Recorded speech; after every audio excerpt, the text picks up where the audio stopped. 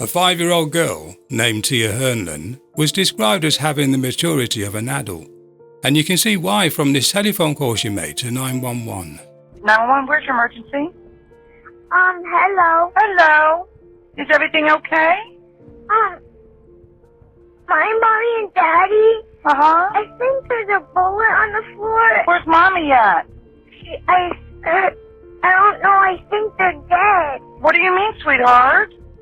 I don't know. Okay, your daddy's on the floor. How old are you? I'm 5 years old and I have a dog in the house. Okay, baby, okay.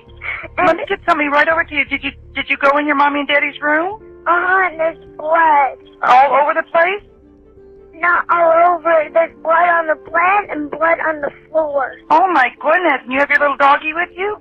And 3 cats. Well, and you got some cats too? 3 cats and 1 dog. Okay. When I heard this call for the first time, it made me feel really sad. The operator was brilliant in keeping Tia calm and relaxed, considering what she found in her parents' bedroom, explaining blood was very much evident and a bullet was lying on the floor. It was chilling. Hi there, my friend, I'm Royson and welcome back to the channel. The operator displayed deep concern for the youngster while trying to obtain more information from the 5-year-old who reported a double killing. To find out what happened next, let's get ready for some tea and crime.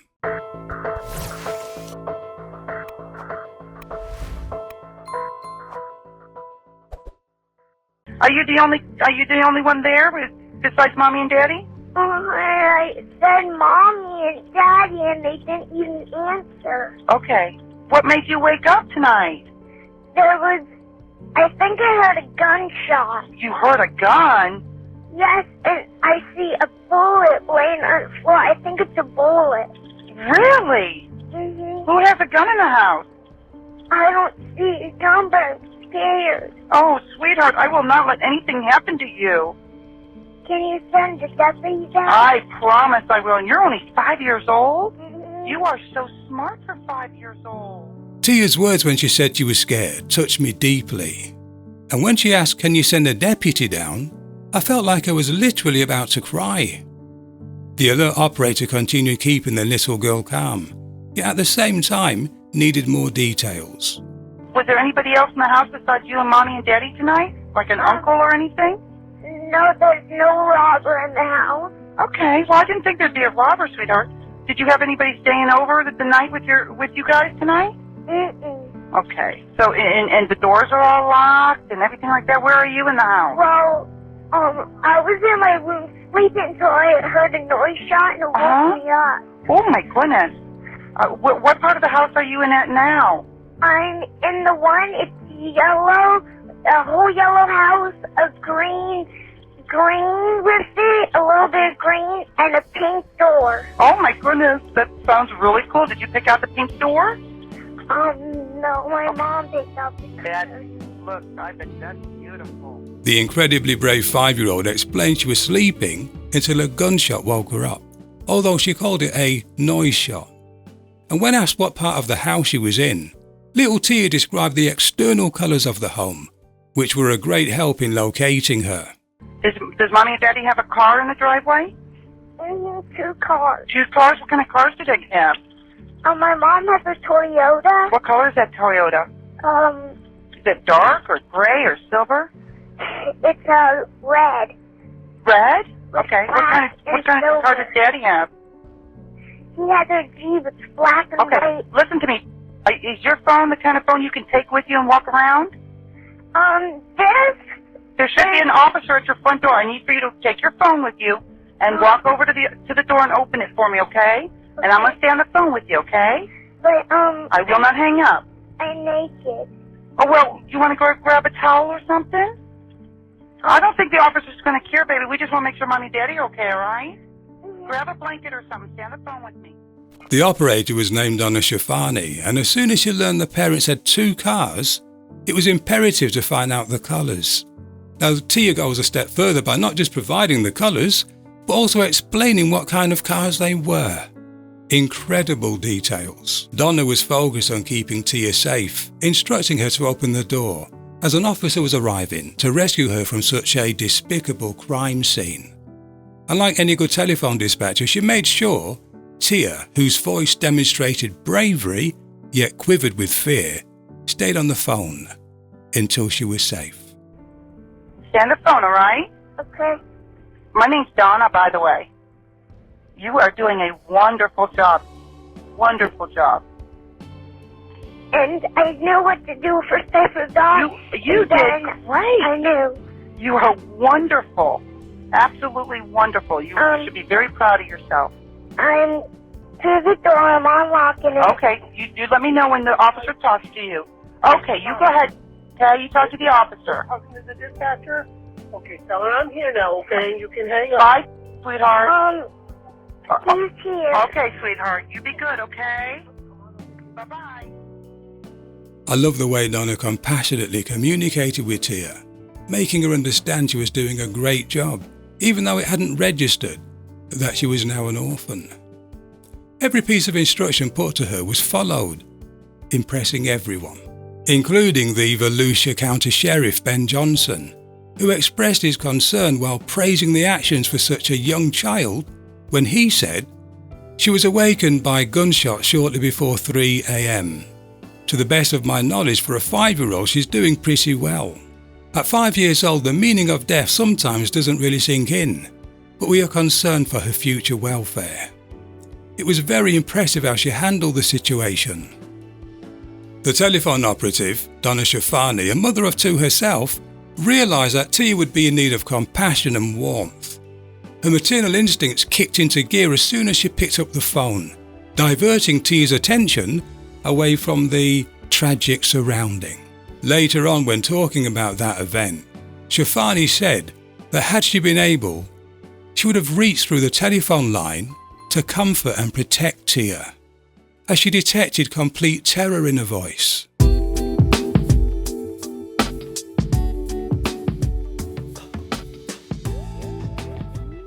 Daytona Beach in Florida has a population of 78,000.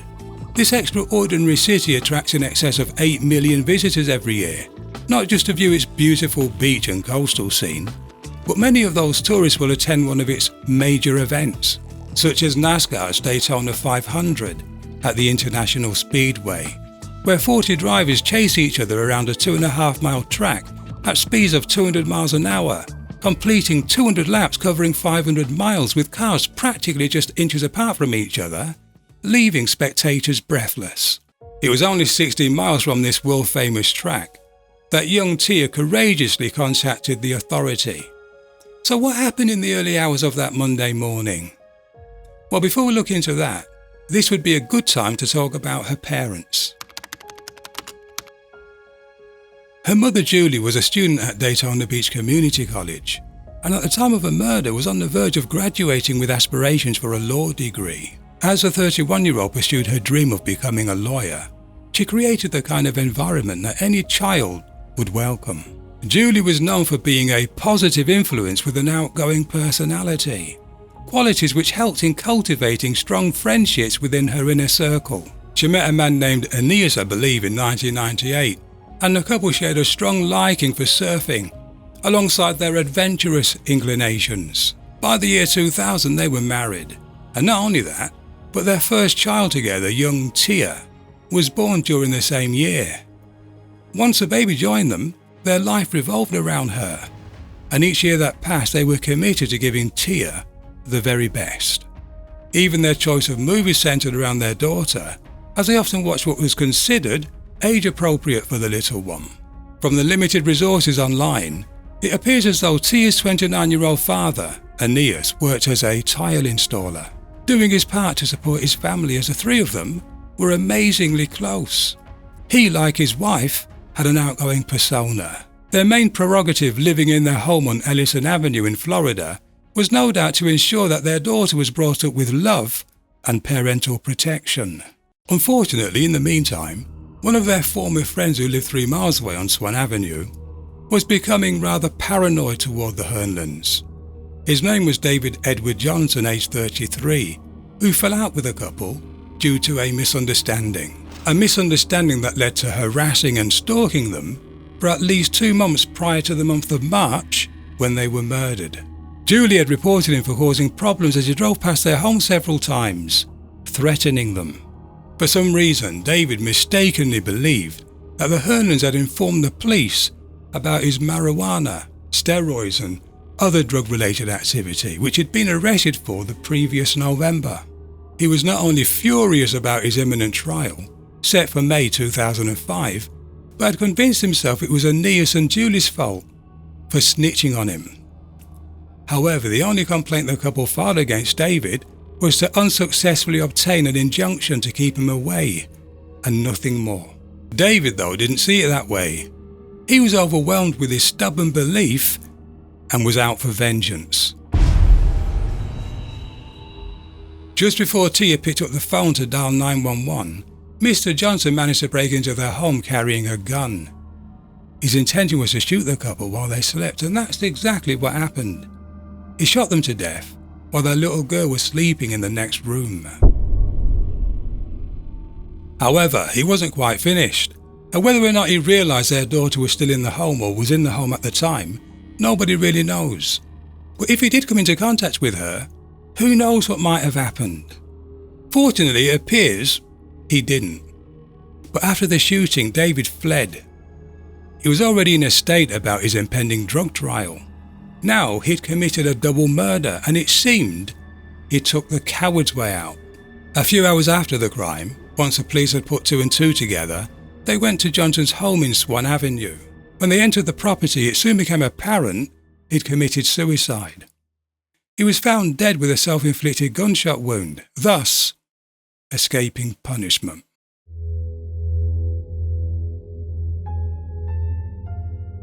And back at the Hernlens' house, as we know, Tia was rescued and taken away from the horrific crime scene, where her mother lay deceased. Her father was still clinging to life while being transported to hospital, but sadly passed away the following day at the Halifax Medical Centre. The sheriff, Ben Johnson, said regarding the killer, he had the feeling that the Hernlens turned him in for an indoor marijuana grown operation, which was not true. Someone called in a burglary in progress at his home.